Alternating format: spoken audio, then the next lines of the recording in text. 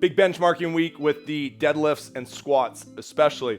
So something you can do to help loosen up your hips, because what's going to happen, especially at that heavy weights, your hips are going to tighten up, legs are going to tighten up, back's going to tighten up. This is a normal adaptation. Your muscles are trying to get stronger, so the next time you do that weight or more, that you're going to be able to handle it. You're going to be able to do more reps at the same weight or lift more weight at the same number of reps. So what we can do, especially in this next week, to help mitigate some of that stiffness, along with that movement flow that I put together a couple days ago, is just some deeper static stretches. So yes, we want movement to help pump out blood flow, but here's a quick 3 to 5 minute stretch that you can do when you feel stiffness from deadlifts and squats. So you want an elevated surface. You want to be able to get your foot up onto this surface with your lower foot flat on the ground. I want to be able to control this because it's how I'm going to get my attention. So for me, I've got a box. Might be a chair for you, a couch, dining room table, who knows. Either way, this is my position here. I'm now going to move back a little bit, get onto the ball of the foot. This is called an elevated lizard. I am going to push the knee out nice and wide. I'm going to keep my big toe, little toe, and heel firmly planted on the ground, pointing forwards. And what I'm mimicking here is ideally the low position of your back squat. So I'm holding this position in through the nose and out through the nose. And then just breathing deeply. So I'm going to start to cue you on your breath. On your exhale, you want to try and sink into a little bit lower. This isn't about folding forwards. I still want to try and keep my back straight.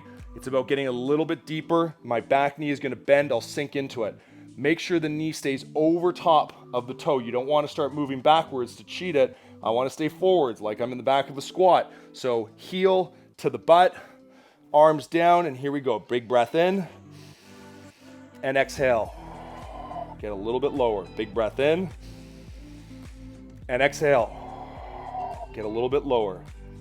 In, exhale, a little bit lower. Go with that pace. Last time I'll cue you here. In and out. Keep going. In through the nose, out through the mouth.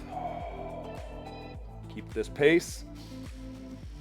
The reason why I go in through the nose, out through the mouth, is I want to control that inhale, but I want to get rid of that breath faster than I was taking that inhale.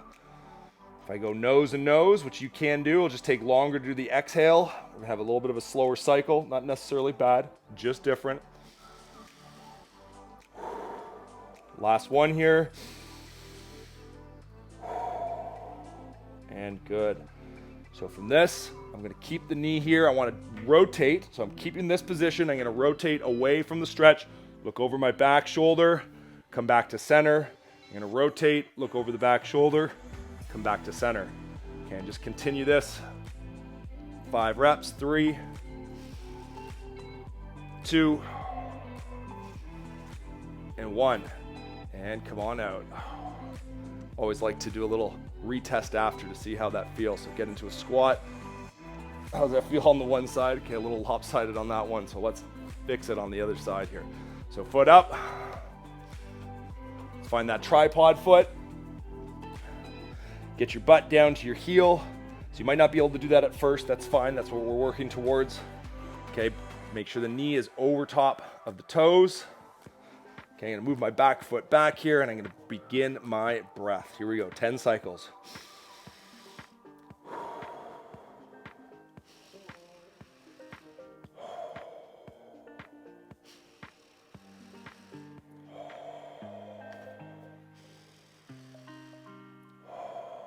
Sink deeper on each exhale.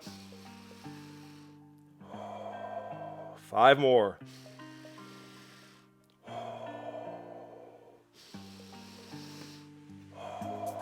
Butt to the heel. Last 2.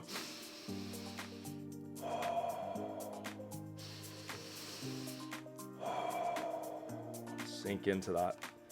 Okay, you might feel one side is a little bit stiffer than the other. You can feel free to do a little more on that one side. I'm going to get into my rotation, look over the back shoulder. Can either leverage myself by holding the box or pushing the knee. Come back to center. Make sure that knee stays over top of the toe. 4,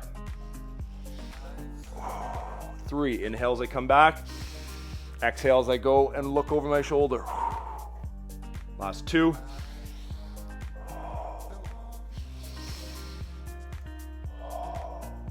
And 1. Pushing off. Good. Okay, so great way to loosen up, especially through the pelvic area around the lower back and through the hips along the side where the leg attaches into that pelvis. It's a great way to help get things flowing in accompaniment with that stretch flow that I did, or that movement flow I did a couple days ago. Keep doing this until you loosen up, or just keep doing it for the rest of your life. See you on the leaderboard.